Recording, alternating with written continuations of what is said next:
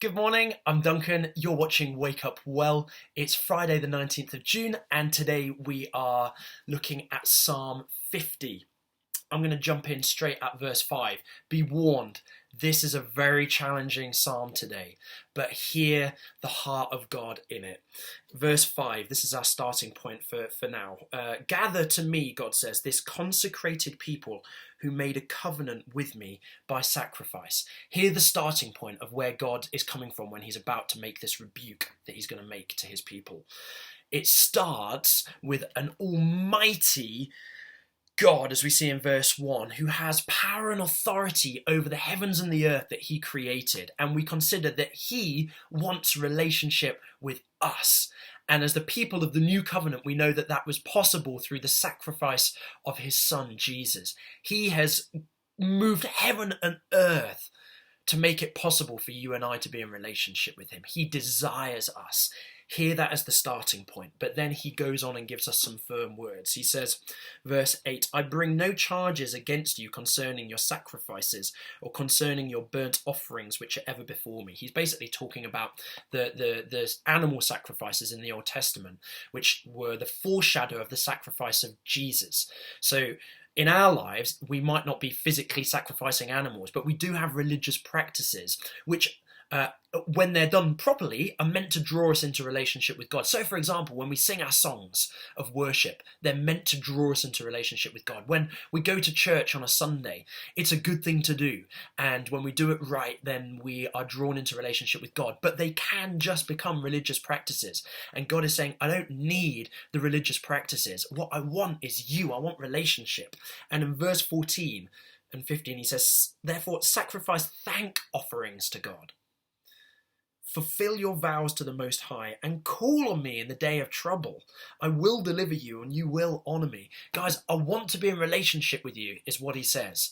I want you to walk in knowing who I am when things are difficult, that you can call on me. That's what this friendship is about, that we do life together. But he gives a very stark warning. He says, but don't take my name with no intention of actually walking in relationship with me. Verse 16, what right have you to recite my laws or take my covenant on your lips when you hate my instruction and cast my words behind you? When you see a thief, you join with them, you throw in your lot with adulterers, you use your mouth for evil, you harness your tongue to deceit, you sit and testify against your brother and slander your own mother's son. When you did these things, and I kept silent, you thought I was exactly like you, but I now arraign you and set my accusations against you. I once had many years ago, before I was married and before I was with my now wife, I had a lady say to me, why don't we sleep together? And I had to say, you're a really attractive young lady, and that I'm sure would be an amazing thing in the moment. But you know what? We follow Jesus, and the wisdom of God says that sexual union is to be kept within the marriage covenant relationship. And her response was, but all my Christian friends are sleeping together and they seem to be doing just fine. God must be okay with it. Listen to this verse again, 21. When you did these things and I kept silent, you thought I was exactly like you. Guys, there's a warning here. Be very careful. Just because we don't have God punishing us for ignoring his commands doesn't mean that it doesn't hurt his heart, and it doesn't mean that ultimately we end up with a very, very bleak outlook on our eternal destiny.